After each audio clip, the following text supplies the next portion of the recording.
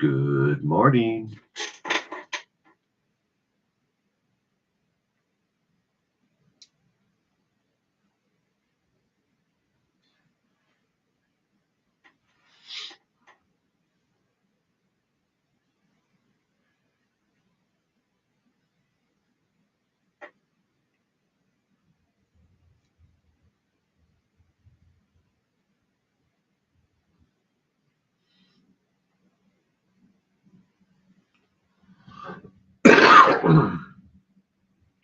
Good morning, Kitty Q.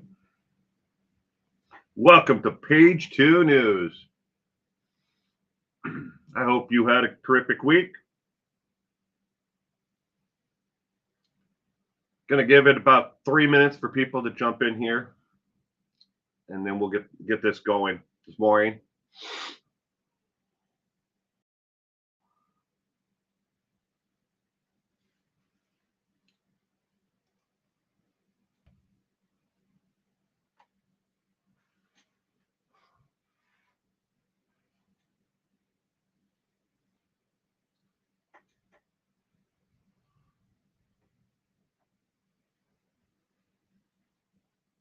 They're here, they're gone. They're here, they're gone. Good morning, Francie. Welcome to Page 2 News. Miss K, good morning. Welcome to Page 2 News, Miss K. I hope you had a great week.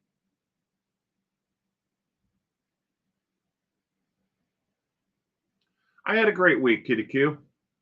I had a great week. Got a lot of work done.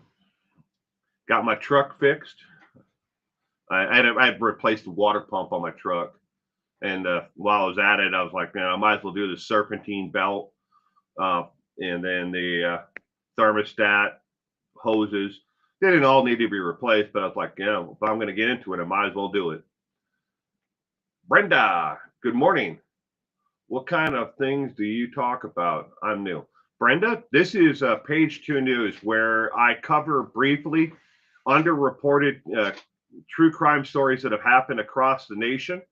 Then there's a small series on serial killers, news about serial killers. And then we play fake or real news. I present 3 stories that have been reported on the internet. 2 of them are fake. 1 story is real that have over 100,000 shares and 10,000 likes. Yes, fake stories with 100,000 shares. People are spreading these stories and people believe them as real. But that's what Page 2 News is in a nutshell. But I'm glad you could be here with us, Brenda. Give it another 40 seconds here, and we have a little bit of business to take care of first, and then we're going to start the Page 2 News.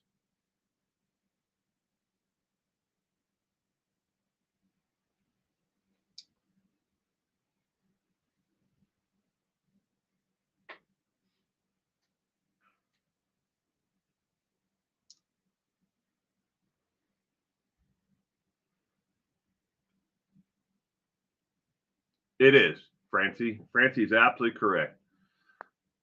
It's a nice place with decent people to to talk with, chat with while we cover the news and find out what's going on in this world. A lot of these stories that I cover just haven't gotten this. They're not sensational, so they don't get the views by other people who report on true crime. But all right, with that said, we're going to get this morning's going. First off, everyone, on Thursday was Kitty Q's birthday. Kitty Q's birthday was this past Thursday.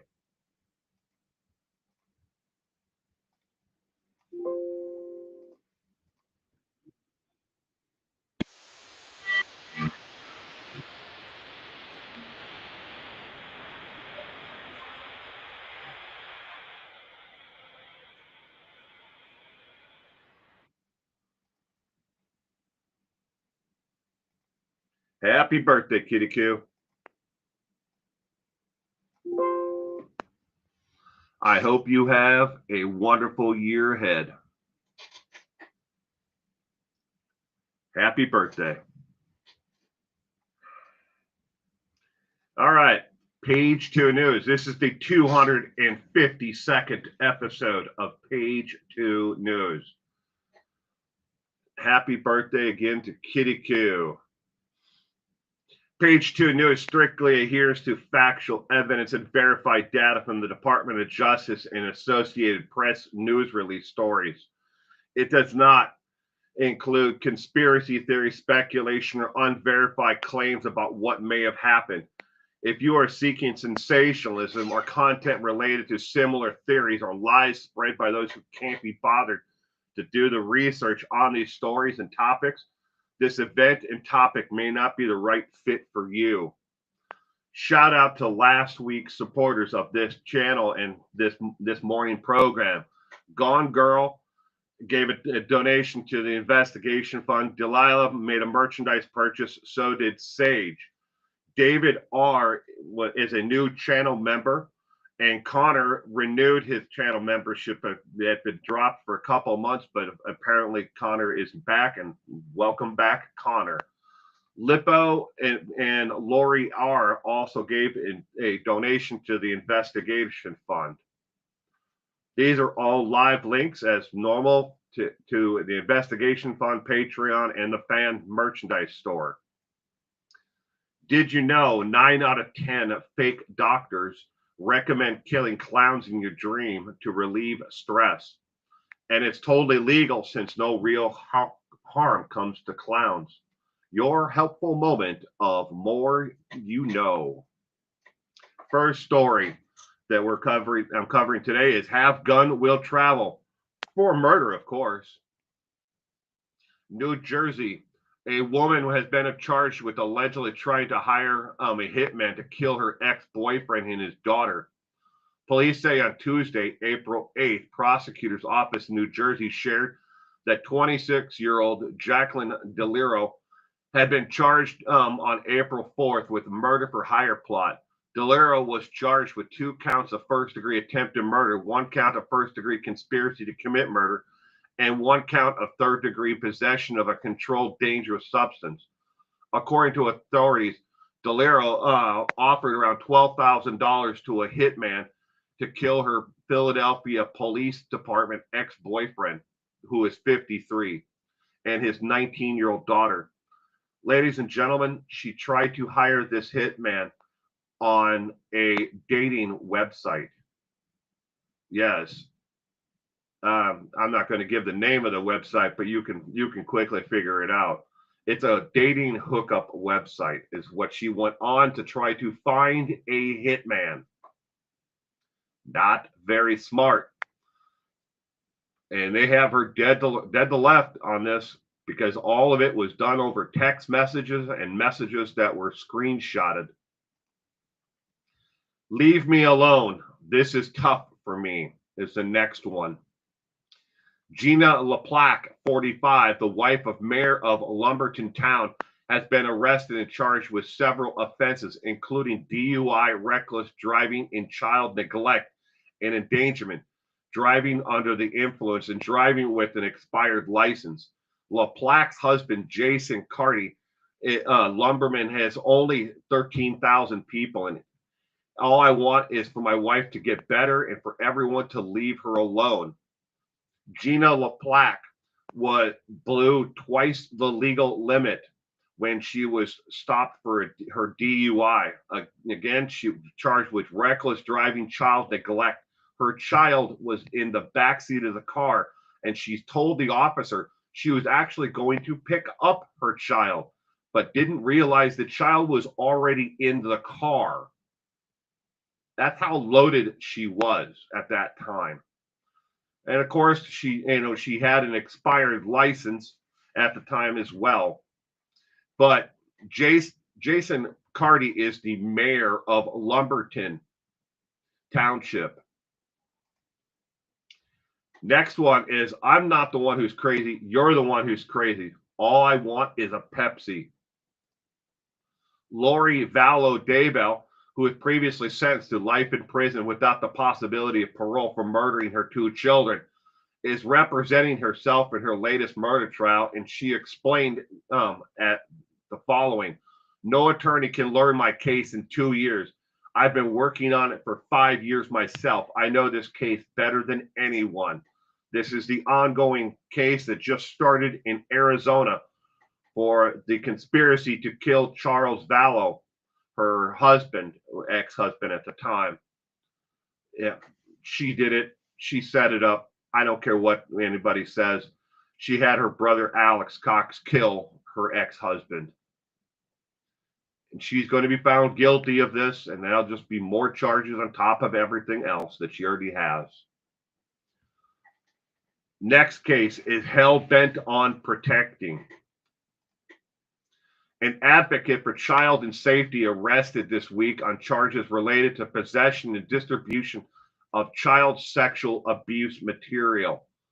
John Tordaro, 49, was arrested Wednesday, April 9th, and charged with promoting a sexual performance by a child and possessing a sexual performance by a child, both felonies in the New York state.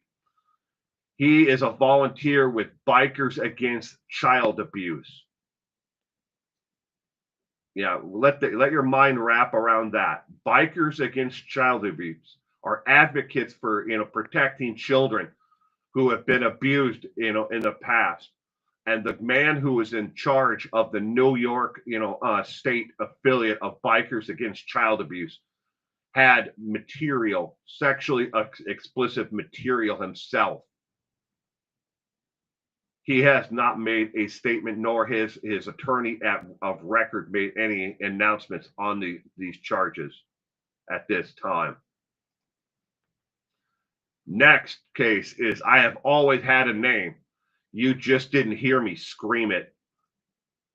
Skeletal remains found in October of 1997 by a person walking through the woods in Pierce County, Washington. That's Washington State, about 45 minutes from Seattle.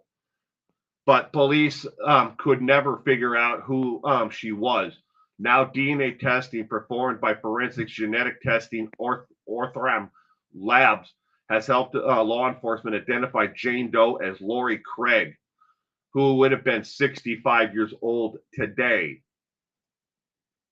Craig was found wearing a dark blue long sleeve sweatshirt and a Pacific Lutheran University logo on it, blue jeans, and size of 4 Reebok tennis shoes, yellow and green trim, according to the statement from Orthram Labs. You can click on the link if you want to read more about this cold case that has finally been solved. But after all these years, they're able to, eventually here, not yet, but they will be turning the body and the remains over to the family so they can have closure and what happened to Craig. Serial Killer Corner. You will die to get away. News from around the world regarding the investigations into serial killers. It's finally time to confess. Notorious serial killer Gary Michael Hilton has confessed to the first time ever to the murder of a Florida nurse. It's time, Hilton, 78, said in an exclusive interview with Court TV's David Scott. It's time, after 17 years, to break my silence. Known as the National Forest serial killer, Hilton used his skills as a survivalist and a U.S. Army veteran to hunt for victims in the national forests of North Carolina, Georgia, and Florida. The victim is the small picture that's up at the top on the left. Hilton is on Florida's death row for the 2007 murder of nurse Cheryl Hodges Dunlop in Leon County, Florida. He was also serving 4 sentences for the 2012 kidnapping murder of John D. Bryant and Irene W. Bryant in the National Forest in North Carolina, plus another life sentence for 2008 murder of Meredith Emerson in northern Georgia. The convicted predator has also confessed to killing Bryant and Emerson, but never to Dunlop's murder. Sorry, I cut the R off of the word murder there. That is it for the serial killer corner this week. Now it's entertainment news. News from Hollywood, music, film, literatures, and more. featuring moments celebrities had never wished never happened. These are the missteps and controversies they'd rather the world forget, but we're here to bring them to light for everyone to see and enjoy. Weezer shot fired. Weezer's bassist Scott Schreiner, wife Jillian Lauren Schreiner, was shot by police after an altercation near the couple's home in Los Angeles' Eagle Rock neighborhood. Laura Schreiner, 51, was struck in the shoulder by a police officer after refusing to surrender her weapon. The rider was allegedly in pursuit of a hit-and-run suspect involved in a nearby crash on the 134 freeway in Figueroa Street. The suspect fled the scene on foot and into Lauren's nearby residence's neighborhood in the 5300 block of Waldo Place. Yeah, where's Waldo? That's where he's at. Per the Los Angeles Police Department. After re-entering her residence post a shootout, Lauren Schreiner surrendered to police and was taken into custody. Los Angeles Fire Department paramedics brought the rider to a nearby hospital for medical attention, and she was then booked for attempted murder on a $1 million bail, per the report at LAPD. One of the male suspects was cited and released from custody, and LAPD said in a statement, 2 other suspects remained at large. The suspected driver was taken into custody by California Highway Patrol agency spokesman Daniel Keene told the Los Angeles Times. He was apprehended at around 4:20 p.m. after he was found in the backyard nearby wearing only his boxer shorts. News helicopters saw him taking off his clothes, getting into a pool, and watering plants, according to KTLA. If you want to read more about it, you can click on the People magazine link there for a shorter version, or you can go to KTLA and read the full story. Plus, they also have 2 updates additional if you go to KTLA. Now it's time for fake or real news. Your task is to identify the real story. I will present 3 stories. Only one is true. Choose either A, B, or C to determine which one is the real story. There's no need to tell the world which ones are the fake story. Just try to find the real story. First story, story A.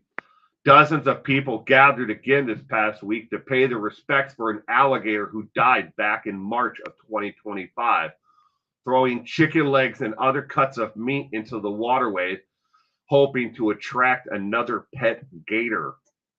Is this the real story or is this the fake story? Story B, South Carolina. The 14th annual Otter Walk has gone off without a hitch this year. The last 2 years have been seen by too many attendants to get too drunk to finish the 2-mile walk to raise money for otters at the local zoo. The 2025 walk, otherwise known as the Otter Shuffle, raised $2,819.55. Is this the real story or is this the fake story? Again, you're only trying to pick out the real story. Story C, from Mississippi, USA. A Republican legislator has put forth another attempt to legalize marriage not only to your first cousin, also making it legal for brothers and sisters to marry as well. This will mark the 4th time he has introduced this bill. Is this the real story or is this one of the fake stories? Excuse me. You mean to cough into the microphone there. So your job, again, is to pick out the real story.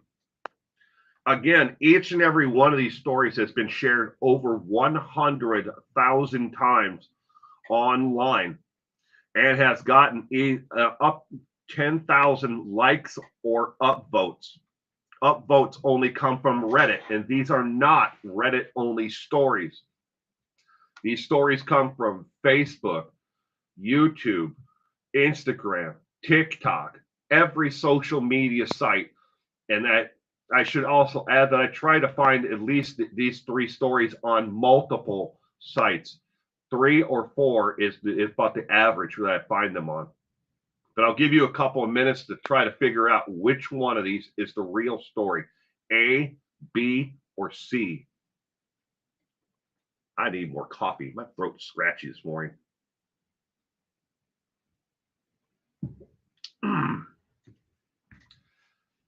And good morning, Sprinkle Donuts, Cement Shoes, and everyone else that I may have missed. Good morning. Welcome to this morning's Page 2 News. Callie Lisa. Good morning, Callie Lisa. I'm sitting here scrolling while you guys figure out if A, B, or C. I'm going scrolling through to see if I missed anybody. I hope I didn't.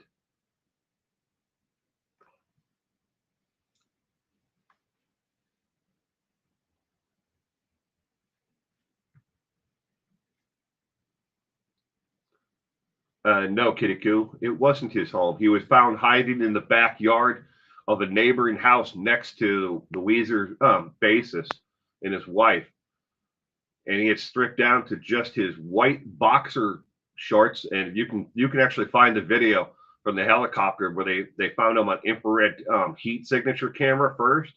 And then you see him taking off his clothes and stripping down to his boxers. He jumps into the pool, swims from one end to the other, gets out, and then grabs a garden hose and starts watering the plants that are next to the pool, acting like he's supposed to be there. But they found him. That was the driver. All right, which one is the real story? Miss K is voting for A, Francie B, Kitty Coo, I sure hope C is fake. We got some A's, we got some B's. We got another B. All right. The real story this week is story A. The Associated Press link there you can click on if you're watching this now or afterwards and watch it again. That is story A is about the gator who died back in March. And they went to pay their respects. Now, note that the link that is there is only to the March event for the Associated Press. This past week's vigil, where people went there, and I'm not joking, they had actual candlelight vigil, and people brought packages of chicken legs and thighs, and some other people brought stew meat, and they threw it into the waterways on both sides of the river, hoping to attract another gator to be their pet gator. Apparently, the one that died back in March, they had been feeding on and off again for close to 2 years. But you can read about the original story that died back in March, by clicking on the link there.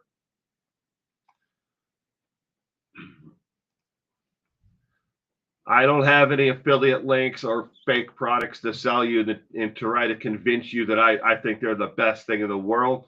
But if you want to give a donation to the investigation fund, that is the link that is there in blue. Questions that I have been asked this past week. The Crumblies gave it to their underage child, 3. I bet you have handed countless weapons to your children with hopes that they would assault others. Tell the world why you have. This is from Tanner.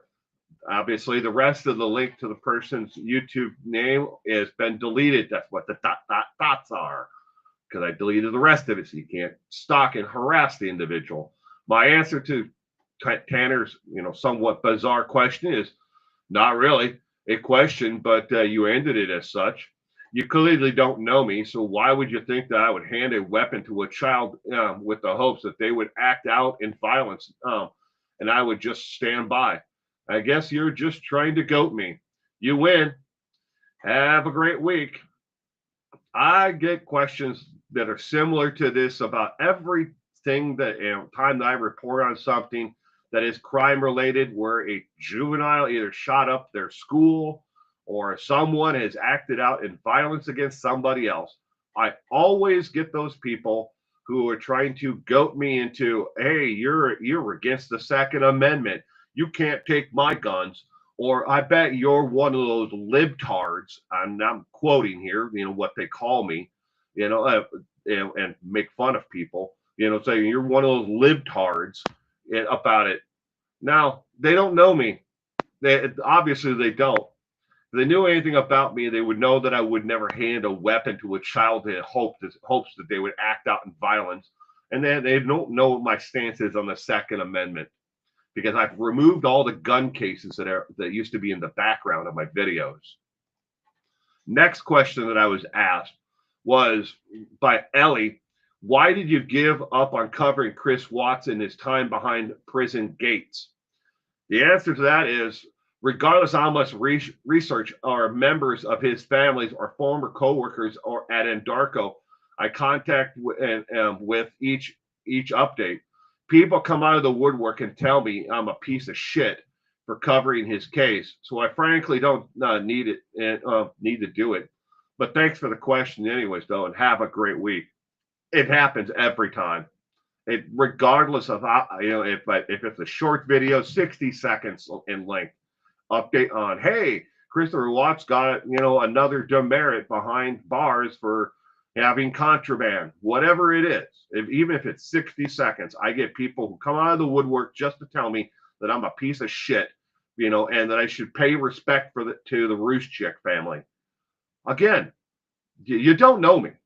You don't understand who I am and what I've done with the content and the money I've raised from every single Christopher Watts video, every single dime of everything that I've ever made. Reporting on Christopher Watts has gone to the United Lupus Foundation, a charity that Shannon supported.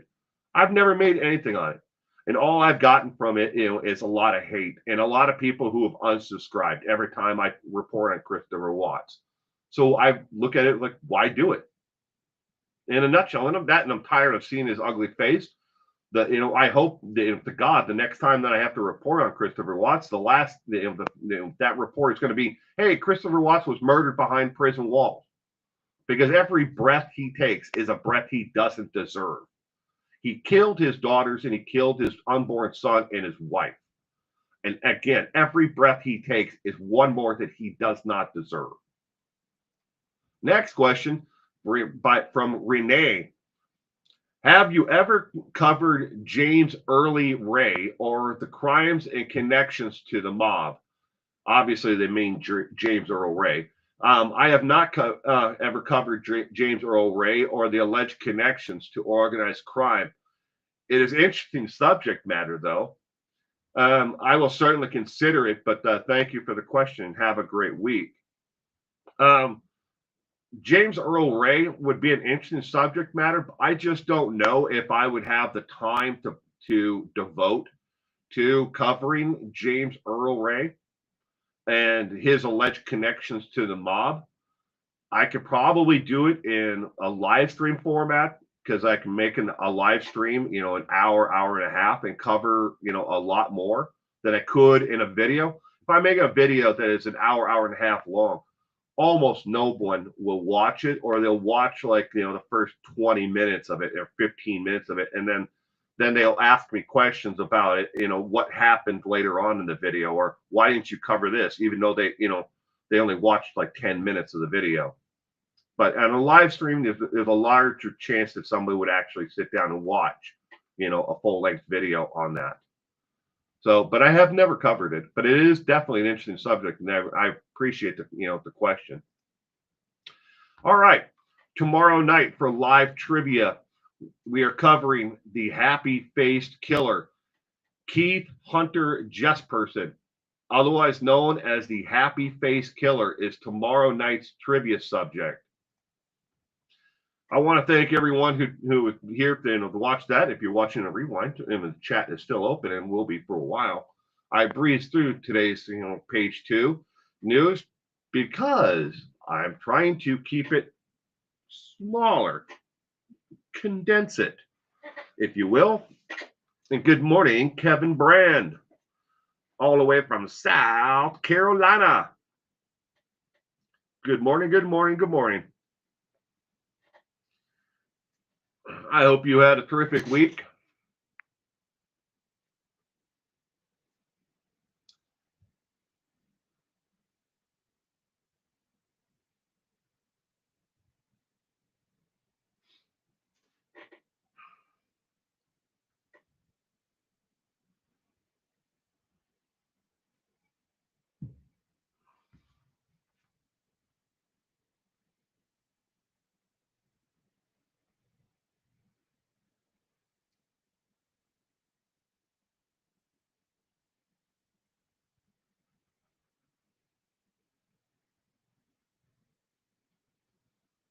I gotta make a video later on today about an issue that I'm not gonna post it on this video on this channel. It'll be on CDXI or one of my other channels.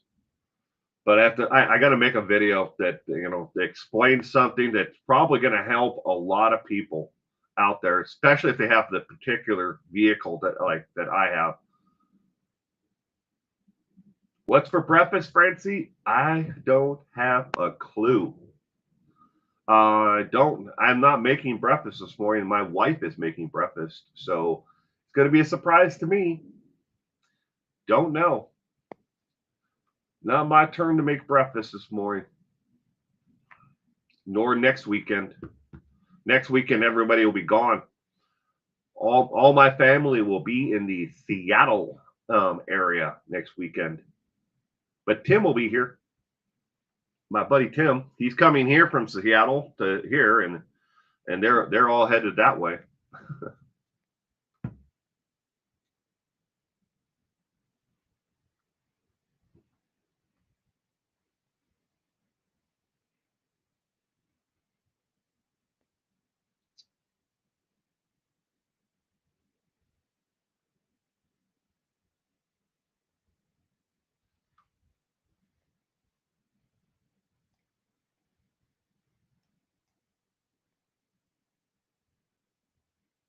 You'd be surprised, Francie, just how many people out there still believe that Christopher Watts was framed, and that he had. Then there's a whole group of people out there who still believe, and I'm not talking just a couple of people, a large groupings of people who believe that Christopher Watts has an avenue to an appeal and that he can get his conviction overturned.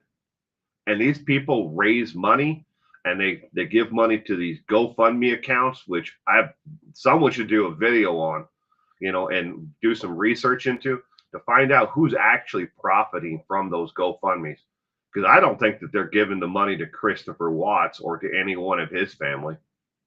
But every once in a while they pop up on GoFundMe, and you'll see them. They'll raise $1,000, $2,000. Where is that money going? Someone should really do an investigation into that.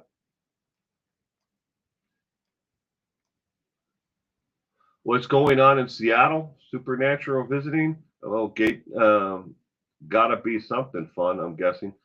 Well, tomorrow, Kitty Coo, is my daughter's birthday. She will be 27 years old tomorrow. But next weekend, my wife is taking her over to see her friends in Seattle. And my mother, so it's my mother-in-law, my wife, my daughter, and my son. But she's taking my son over to go to the zoo.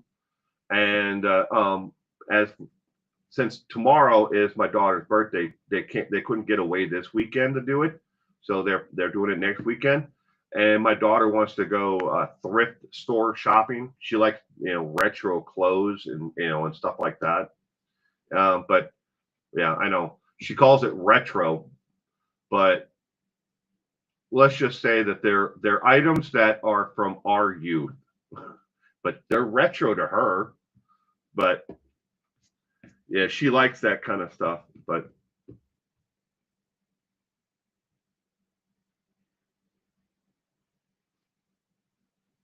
NK is surfaced, yeah. But they're planning a weekend of it. They're leaving on next Friday and coming back to Sunday night, early Monday morning next weekend. But tomorrow, I was sitting there, I was thinking about this yesterday, Kitty Coo. My daughter is 20 will be 27 years old tomorrow. My wife was 26 when she was born, and I was almost 29. Yeah, when our daughter was born. Now, of course, we both also have an 8-year-old, son. A little bit of a difference in the years there, but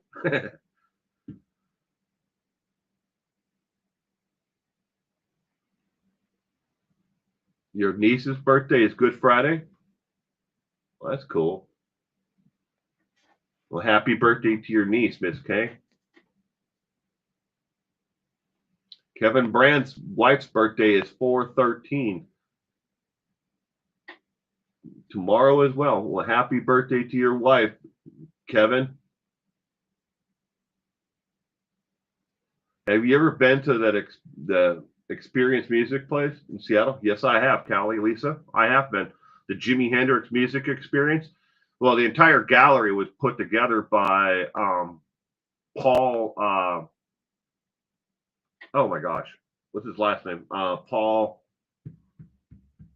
He's from Microsoft. Paul something other. I'm drawing a blank on his last name. It's going to come to me. But he owned the Seattle. He owns this. Well, he's no longer with us. But he owned the Seattle Seahawks and he owns the Portland Trail Blazers. Paul something. Darn it. Kitty Coo, your oldest just turned 26 last month. Yeah, nothing will make you feel old, Kitty Coo. I don't know, maybe not you, but me, definitely. It definitely made me feel old when I was sitting there and my daughter told me 27, and I'm like, oh my God, Jesus, because I'm thinking I'm doing the math in my head. I'm like, damn, okay.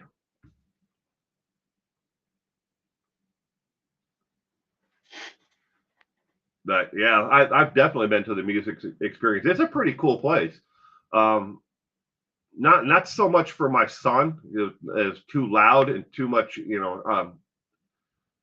too much visual stimulation for him in the music experience.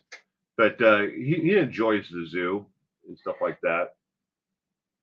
So they're going to take him to the zoo. And the reason why I'd say that, I'm putting that out there about the visual stimulation is, in case you don't know, my son is autistic and he has sensitivity to lights, sounds, and stuff like that, and which is bizarre as hell because people are like, well, how is it that he has sensitivity to light and sounds, but he plays the drums and he loves music, but he doesn't like anyone else listening to music. It's just got to be his music and his music at his tone. And then he'll play drums as loud as he possibly can. Because best gift ever is what I call it. I bought my son. It's not a professional drum set. It's a junior set, which is just a smaller version of professional drums. He has a 13-piece drum set. That's my entire living room is just drums, keyboards, guitar, merengas.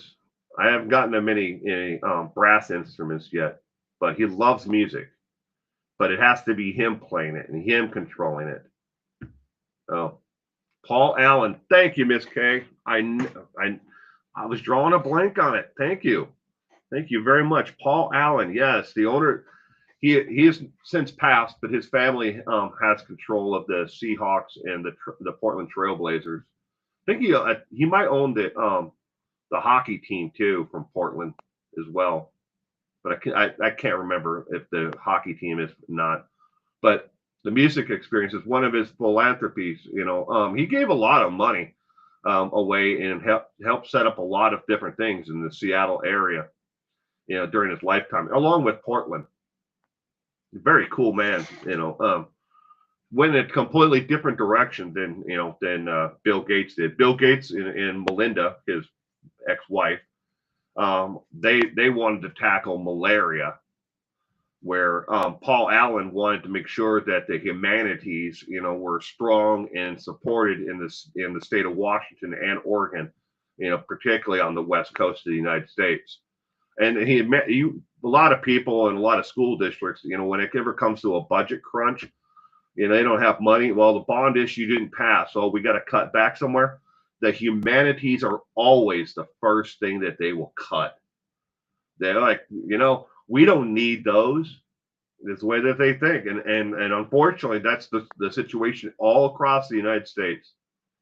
You will find school districts that don't have music classes, art classes, acting, nothing at all. They have no humanities at all anymore. And the last thing that they'll cut is sports.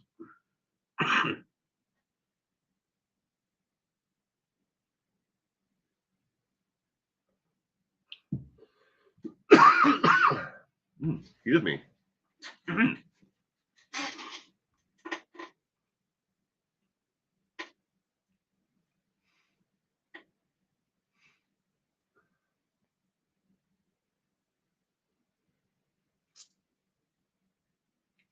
But who knows what's going to happen once we across the United States once John F. Kennedy Jr. Does away with the Department of Education. And I'm not being one side or the other. I'm just telling you the facts that he said he's going to demolish and disband the Department of Education and turn education back over to the states to determine how they're going to educate or if they're going to educate children at all. That's his entire stated mission. So I'm not being one side or the other. I'm just stating the actual facts. Will humanities be, supported at all? And if so, what programs will be cut once you don't have federal money? And will they still be collecting our tax money for, education, our federal and state taxes for education? Well, they got to pay for it somehow. Can't pay for it all with lottery dollars. Callie Lisa says, my son high school had an elective class called music exploration, where everyone would just learn to meet in the music room and jam. He loved it. And he's a musician. Oh, that's cool as hell, Callie Lisa. No arts in schools, unbelievable. Short little, little ditty. But without the arts and humanities growing up, I don't think I would be here today. I wouldn't. It was a safe haven for me. It was a way for me to, express who I was to, the world at large that I felt completely disconnected to. I mean, it was the 1980s, right? I mean, hell, everybody was probably feeling the same way. But for me, the humanities was something that gave me an outlet, a way of expressing myself. But the school that I went to has zero humanities. They have no acting, no stage, no opera. They have no music classes, nothing at all. That the school I went to in Minneapolis, well, no, that's in St. Paul, Minnesota. That school has zero humanities now. They have a football, a track team, and they have a fledgling baseball and softball teams. That's it. The humanities are gone. And they've turned the former art and music rooms into storage rooms. How do I know? I know a teacher who is still at that school, who is getting ready to retire in 2026.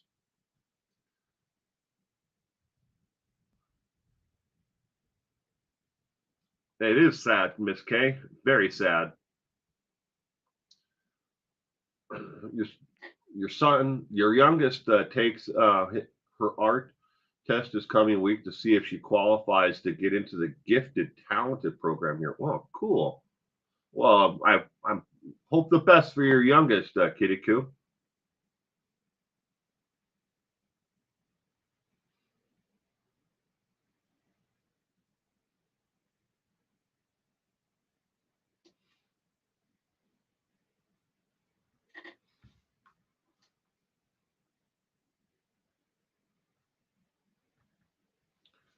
Callie Lisa wants to know what kind of art does she do, Kitty Coo? Is it painting? Is it drawing? Is it photography? Is it a different medium? Is it crepa? Crepa was one of mine. I love crepa. I still have a large collection of my artwork in the house. All three of your kids draw almost anything. They're great drawers. That's cool. Art is great for anxiety, stress relief, stimuli, and processing their thoughts. Yeah. But What's going to happen? We don't know. You know, you have to have a strong background, you know, in your local area to want to support the humanities. I mean, there are places around the United States I know they don't have any local, you know, theater, you know, acting, you know, stage plays, you know, that they put on. That nothing traveling comes through the town. Their only venue for humanities is what's playing on the jukebox at a bar, if you can even count that as, you know, any type of humanities at all. My dad and I like to draw a lot too. That's cool. Express yourself. Everybody's got a talent out there, and just like, you know, I truly believe that everyone's got a talent. There's something you're all good at, and you should all make a YouTube channel and put it out there. Everyone has a voice.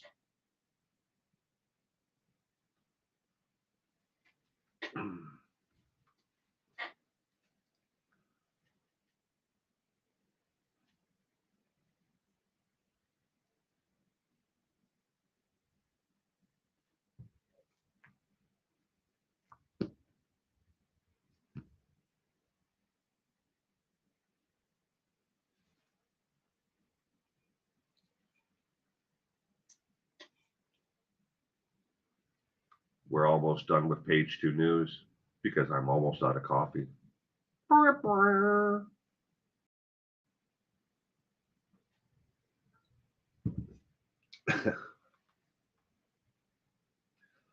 like to draw cartoon characters? That's cool. We have a lady, a friend of ours, who she's a tattoo artist by trade. That's what she does for a living. But she's working on redoing the comical like art that we use for the Taco podcast. She's making an updated version now. The one that we use now is like, you know, that's 6 years old for the Taco podcast, the logo, you know, that we use for it. But she's doing an updated version to probably make me look a lot older, you know, in it. She's probably going to make all my hair gray and put a whole bunch of wrinkle lines in me. I don't know what she's going to do, but she's working on that right now. She came up with a preliminary version of it, and then we have to get back to her on you know, more feedback. So where they get it from is from mom and grandpa.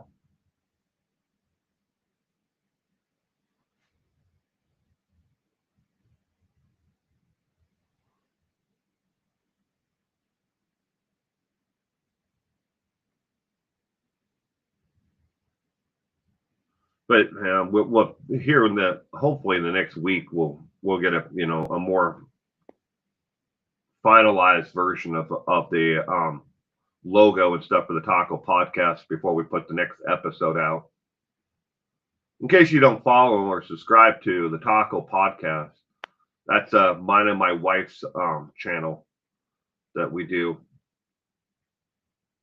We only put content out on that channel probably once a month, maybe twice a month. We used to do it every week, but work and raising a family, as you know, life has gotten in the way. So we're down to, you know, once or twice a month. But you can find that on YouTube, Taco Podcast, 2 words. I know quite a few of you who are here right now are subscribed to it. We have about 380, somewhere in there. It usually goes up or down a couple here and there of subscribers. Should be a lot more.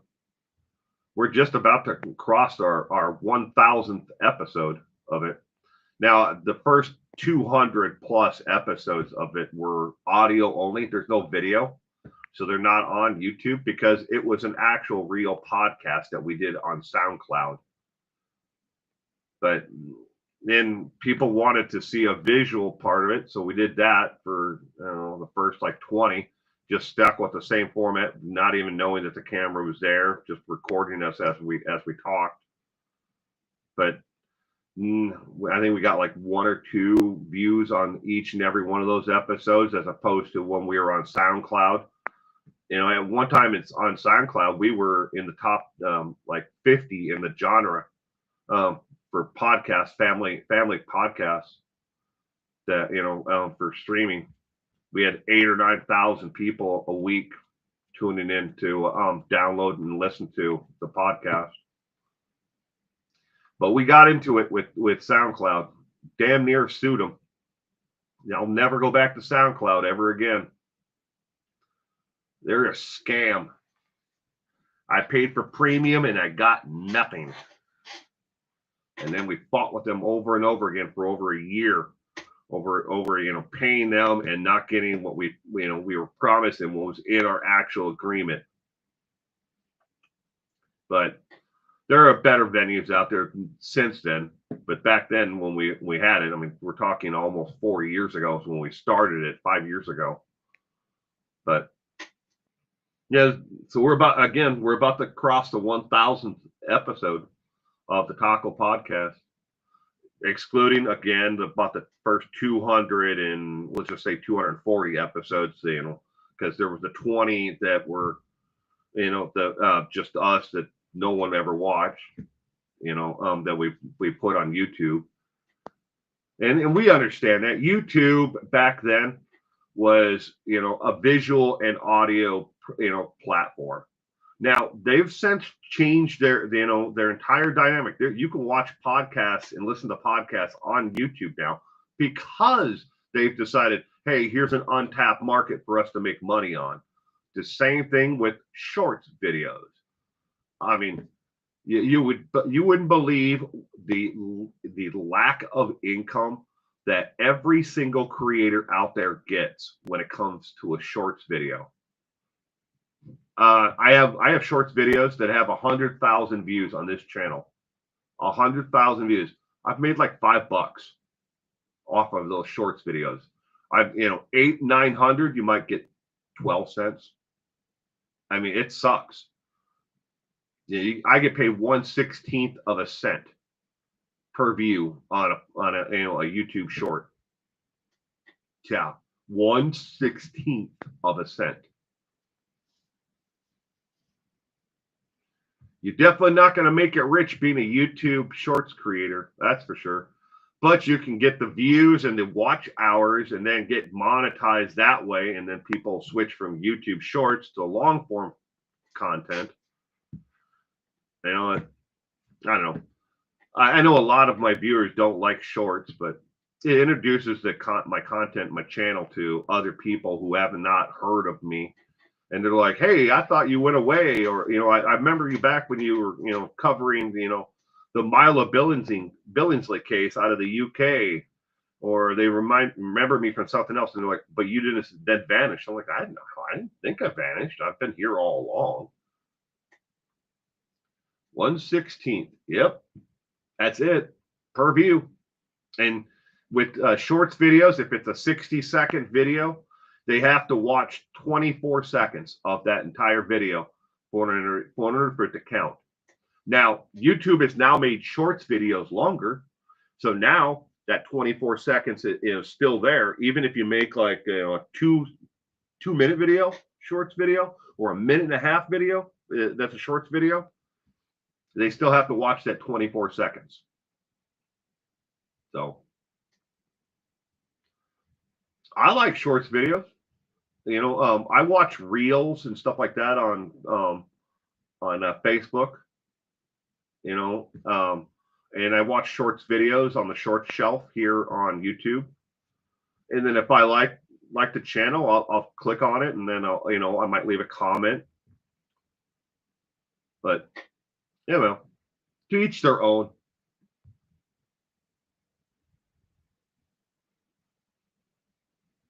I enjoy them though.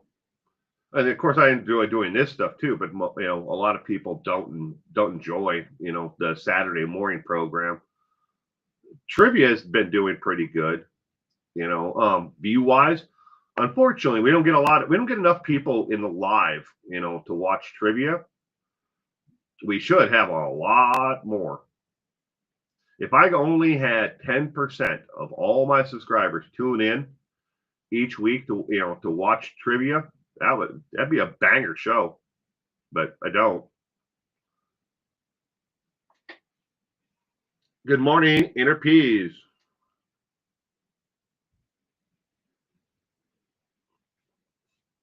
You get trapped watching reels on Facebook. I found some pretty interesting, content on there on reels, stuff that I like.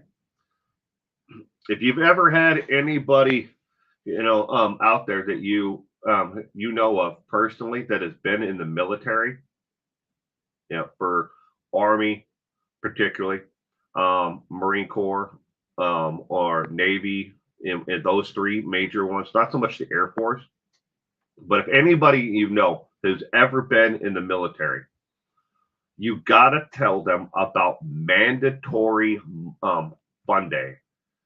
Mandatory fun day is that's all he makes is reels, short little videos, and I get such a kick out of it, of the absurdity of what he's talking about because it's real, and is in looking at the military and the rules and stuff like that about in the military. It's insanely funny. Good morning, Gayla. I started watching and before now it's been hours. LOL. Yeah. Oh, I've fallen down that rabbit hole quite a few times, Kitty Coo. I guess we all saw Lori bragging on her enchiladas. No one remembers when Wendy joked kicking her butt, right? Nobody remembers your enchiladas, Lori. Mandatory fun day. Yeah. But you can find him on YouTube as well, Kitty Coo. But everything that's on his on the reels, he has a channel on YouTube, and that's all it is just his shorts videos. You finally got some nice weather down in Cali. That's nice. Pretty decent weather here the last week, up here in the Pacific Northwest. I can't complain. I was able to get a lot of stuff done outside. I get to cut down a tree this week. I actually had to go out and buy a chainsaw. I haven't owned a chainsaw in probably 30 years, but I got one now. But I get to cut a tree down, and I got to cut it all up into pieces that are big enough to be burned in the fireplace or wood stove. Yeah, the tree got hit by lightning. It's dead. I'm not just cutting down any tree just for fun. It got struck by lightning, basically cooked it from the inside out. But I get to take it down. It's probably 75 foot, 80 feet, somewhere in there. But I'm going to take it down in sections. First, all the limbs, and then we're going to leave like the main stump of it, and then we're going to put a bat house on the back of it. I had to apply with the HOA in order to put a bat house up on it. They were like, "Do we have bats in our area?" I'm like, "Yeah." Where are they at? They're everywhere. But yeah, my mother-in-law and my wife built bat houses about 6 years ago, and they've just been sitting on my mother-in-law's back porch ever since. But we're going to put a bat house up in there because bats actually eat, pound for pound, they eat so many insects you would not believe. They do a lot of good. All those pesky mosquitoes and moths and everything else out there, they eat them. They help control the insect population. So you got to give them some place to to roost. Well, I guess what you call it, right? Some kind of home. It's actually not that hard to build one. But of course, my mother-in-law and my wife painted them purple. They eat tons and tons of bugs. Every morning I walk out, and out front, I sit on I got a little chair on my front porch. I have my first cup of coffee and and smoke a cigarette, and I can hear the bats flying around. They're everywhere, but they eat a lot of bugs. There was a dead bat found in a nearby county where you live. Hmm. But we have everywhere. I think there's only like 3 continents in the world that bats are not found in. It's like North Pole, North, South, and I want to say it's one of like maybe it's the McDonald Islands that we now have tariffs on, or the Helen Islands. But it's like another island, another geographic location. There's like 3, I think, total in the world where you can't find bats. I could be wrong about that. My wife would know absolutely, because she is part of the Bat Conservancy. We have to protect the gray bat caves about 5 miles from your home. You have protected gray bats. That's cool. We don't have any caves around here, and the bats that they are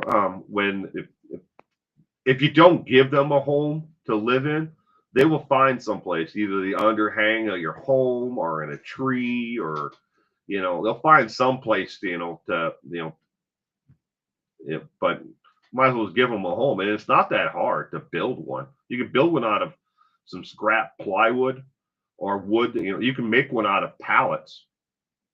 It's not that hard. And all you gotta do is just put it up in a tree and make sure it's stable so it won't move, and just leave it there.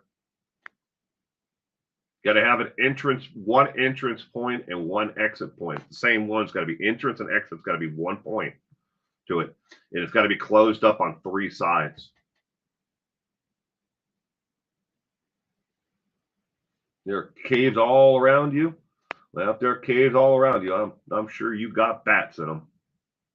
They're industrious little suckers. They fly out awfully long time. I think it's up to 5 miles from where they actually call their home.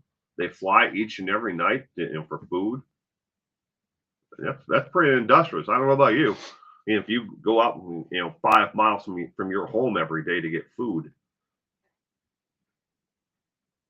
but they do,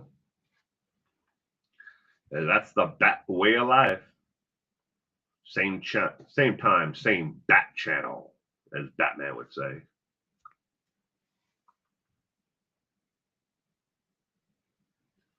Are bats only active at night? Callie Lisa, I do believe so. Again, when it comes to bats, I don't know an awful lot about them, other than they're everywhere. But my wife would know for sure. And my wife is, she's part of the Bat Conservancy, on top of the Conservancy for invertebrate. I had to think for a second there. But I do believe so. The bats are only active at night. I mean, they can be active during the day if they're disturbed from from their homes. Like if they're in a tree that's being cut down, yeah, they'll fly the hell off. Or if they're on an underhang and someone sprays them with water, they'll fly off. But they do more good than anything. And a lot of people have a lot of myths that they believe about bats. That they always get tangled up in women's hair and stuff like that. Those are myths. Bats don't want to be anywhere near us. They want to be left alone. They just want to do their job in their lives. It's like us. Human beings just want to be left alone. For the most part, I should say.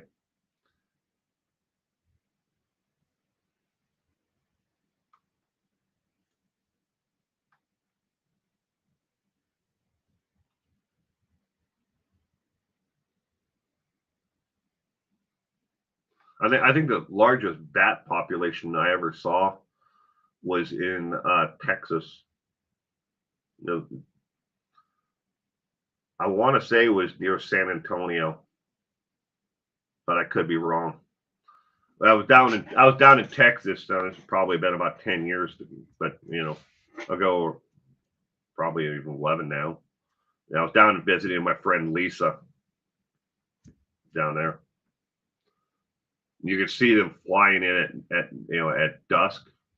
You can see those huge swarms of them flying on the horizon if you look towards the sunset.